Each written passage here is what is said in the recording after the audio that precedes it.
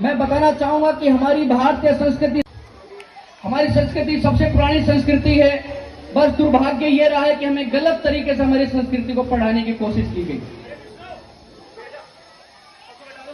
हमारी संस्कृति को गलत तरीके से पढ़ाने की कोशिश की। हमें समझाया गया कि हमारे महापुरुष आदि मानव थे। कितनी शर्म की बात है, हमारी हजारों हजार वर्ष की संस्कृति है और हमें पढ़ाया जाता है कि हमारे महापुरुष आदि मानव थे।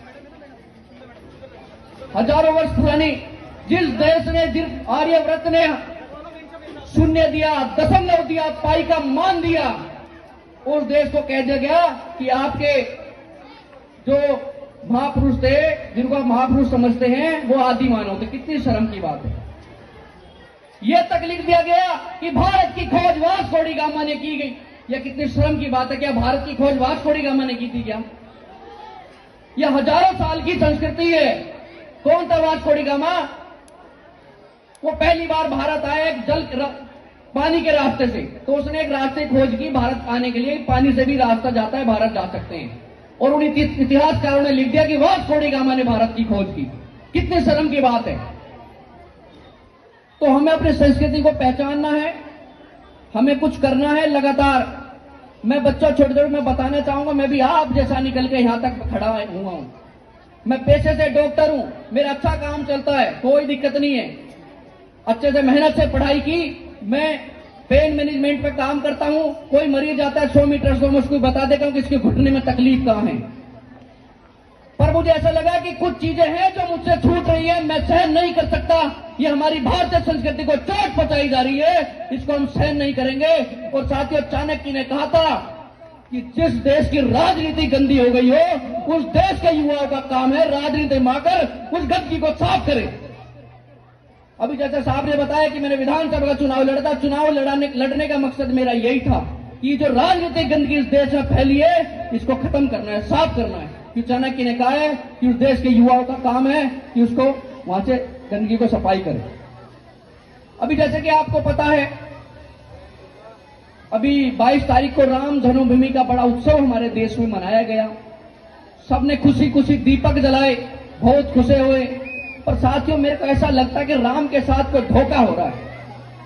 भगवान राम के साथ कोई धोखा हो रहा है। ये जो हमें चीज पकड़ाएगी ना, खाली कोई बात हो, जय श्री राम जय श्री राम, पर उनकी जो मूल चीज है उनसे हमें दूर रखा जा रहा है। राम कौन थे? भगवान राम कौन थे? राम का चरित्र थोड़ा भी आप समझना शुरू कर दोगे तो आप भी राम हो जाओगे।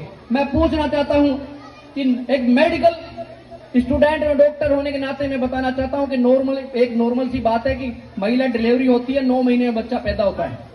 श्री राम भी 9 महीने में ही हुए थे और सेम हमारे जैसे खेलते कूदते थे। पर वो श्री राम कैसे होगा, हम आज भी ऐसे कैसे हैं? तो कोई तो अंतर होगा। इसलिए उनको राम को थोड़ा भी समझोगे तो मेरे यहां पर इन छोटे छोटे बच्चों के गार्जियंस, माता पिता बैठे हुए हैं, मैं आपसे एक रिक्वेस्ट करना चाहता हूं कि हमें खाली जय श्री राम नहीं समझाना है इन बच्चों को, उनको राम के चरित्र के बारे में बताना है। राम कौन थे?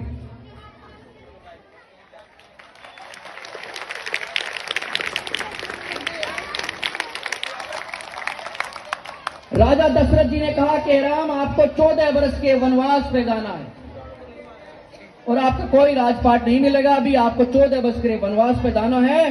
भगवान राम ने 1 मिनट के 100वें हिस्से में बिना सोचे अपने वस्त्र चेंज किए और वनवास के लिए निकल पड़े। वो राम थे और हमें परिभाषा गलत दी जा रही है। पूरा परिवार भगवान राम का हमें शिक्षा लेने की जरूरत है ताकि हमारे बच्चे भी इस तरह से आगे बढ़े। इस मैसेज को बच्चों के गार्जियंस और अध्यापक ही बच्चों को पहुंचा सकते हैं। और उनसे बड़ा बलिदान किसने किया? लक्ष्मण ने बोला जिसका बड़ा भाई वन वन में धक्के खाएगा और राज में रहेगा, इससे शर्म की कोई बात नहीं है भैया, मैं भी आपके साथ चलूंगा। माता सीता ने कहा जिसका पति दर दर की ठोकरे खाएगा, जंग उसकी पत्नी राजमहल में आनंद उठाए, ऐसा हो नहीं सकता। सीता जी ने चंद मिनटों में अपने कपड़े बदले और एक भगवा वस्त्र धारण किया और वनवास को चले गए। वो भगवान राम थे। हमारे देश की संस्कृति में महिलाओं का एक बहुत बड़ा योगदान है। हमारी देश की महिलाओं ने जो कुछ भी बचा कर रखा है वो अपने परिवार, देश के हित के लिए रखा है। जब भगवान राम नदी पार करने के लिए केवट से रिक्वेस्ट की कि मेरे पास तो कुछ भी देने के लिए नहीं है, अब आपकी मर्जी है कि उतारना है कि नहीं उतारना। माता सीता ने देखा कि मैंने अपने पति की कभी भी, जब भी राज में रहे और बाहर भी, कभी गर्दन झुकते नहीं देखा, और आज मैं पहली बार देख रही हूं कि श्री राम की गर्दन नीचे होने वाली है। तो माता सीता के हाथ में एक अंगूठी थी। अब आप समझो, जो राजा जनक की पुत्री हो उसके हाथ में अंगूठी, कितनी महंगी अंगूठी रही होगी वो। उन्होंने मिनट भर न लगाते हुए उस अंगूठी को केवट के हाथ में थमा दिया। क्यों? क्योंकि मेरे पति की गर्दन नीचे ना हो जाए। तो हमारे देश की स्त्री वो रही हैं, और उनसे बढ़कर निकले केवट। उन्होंने बोला कि वापिस अंगूठी को तो मैं वापस दे रहा हूं, कि मैं तो इसको नदी से पार लगाता हूं भगवान, और आप तो भव से पार लगाते हो। आज आपका नंबर है तो मैं नदी से पार लगा रहा हूं, जब मेरा नंबर आए तो आप भव से पार लगा देना मुझे। तो हमें राम को, श्री भगवान राम को, लक्ष्मण जी को, सीता जी को हमें समझना होगा। हमारा खाली जय श्री राम से काम नहीं चलेगा। हम कहीं ना कहीं छूट रहे, हमारे बच्चे सही सिस्टम पर तक पहुंच ही नहीं पा रहे। और वो 14 वर्ष के बाद आए तो राम नहीं, वो मर्यादा पुरुषोत्तम राम कहलाए। मेरे बच्चों, आपको आगे बढ़ना है, अच्छा काम करना है, हिम्मत करनी है। आज आपके अध्यापक या गार्जियंस आपको समझाते हैं, सिखाते हैं तो आपके भले के लिए सिखाते हैं। हो सकता है वो आज आपको बुरा लगता हो।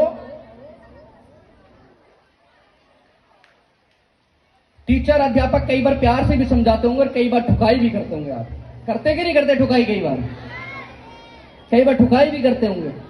आपको पता है जो राम जन्मभूमि पर जो नई मूर्ति बनी है ना, वो ऐसे ही नहीं आई।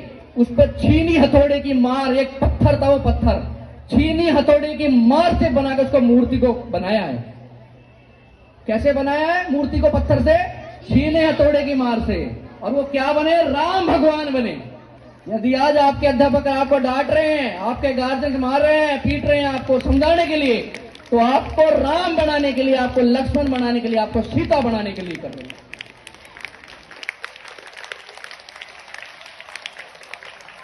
कहते हैं कि कर्ता करे ना कर सके, गुरु किए सब होए। कर्ता करे ना कर सके, गुरु किए सब होए। 7 दीप 9 खंड में, गुरु से बड़ा ना हो। गुरु आपकी वो मूर्त गढ़ देगा जो आप सोच भी नहीं सकते। आपको चयन करनी पड़ेगी। वो तपता हुआ सूरज जो गुरु है, माता पिता है, वो आपको मजबूत करना। आपस में सद्भावना बनाकर रखें, प्रेम बना के रखे, किसी के साथ झगड़े नहीं। रहीमन ने कहा कि रही मन धागा प्रेम का, मत तोड़े झटकाए, टूटे से फिर ना जुड़े, जुड़े तो गांठ पड़ जाए। कि जो प्रेम का धागा है उसको ऐसे मत तोड़ो कि इसको दोबारा जोड़े तो उसमें गांठ पड़ जाए। आज लोग मोबाइलों पर अपना समय व्यतीत कर रहे हैं, मोबाइलों पर समय व्यतीत करते हैं 3-3, 4-4 घंटा। उनसे पूछो क्या कर रहे हैं? कि हम तो वो IAS की तैयारी कर रहे हैं, PCS की तैयारी कर रहे हैं। काय से कर रहे हैं? मोबाइल से कर रहे हैं। क्यों? यहाँ पे बड़े बड़े मोटिवेशनल स्पीकर हैं। मैं कह रहा हूं यदि देश का भविष्य बनाना है तो इन मोटिवेशनल स्पीकर को सुनना बंद कर दो। ये एक्टर है, सारे के सारे एक्टिंग करते हैं, पैसे कमाते हैं, आपको मोबाइलों पे लगा रखा है। ये सब एक्टिंग करते हैं और पैसा कमा रहे हैं। और बड़ी बड़ी रील आती है मोटिवेशनल की, 2 मिनट की, 1 10 सेकंड 20 सेकंड की रील चलती है। उसके बाद एक अभद्र रील आती है जिसके अंदर 10 शब्द हैं तो 9 तो गालियां भरी पड़ी हैं। तो वो क्या परोस रहे हैं आपको? आपको यदि मोटिवेशनल कुछ सीखना है तो आपके पास रामायण है, गीता है, वेद है, अथर्ववेद, सामवेद, ऋग्वेद, अपने पास बहुत कुछ है। इस मोबाइल का सिस्टम छोड़ दो। मैं पूछना चाहता हूं कि इस आर्यव्रत के हिंदुस्तान के सबसे बड़े मोटिवेशनल स्पीकर कौन थे? पता है क्या आपको? सबसे बड़े मोटिवेशनल स्पीकर कौन थे पता है क्या?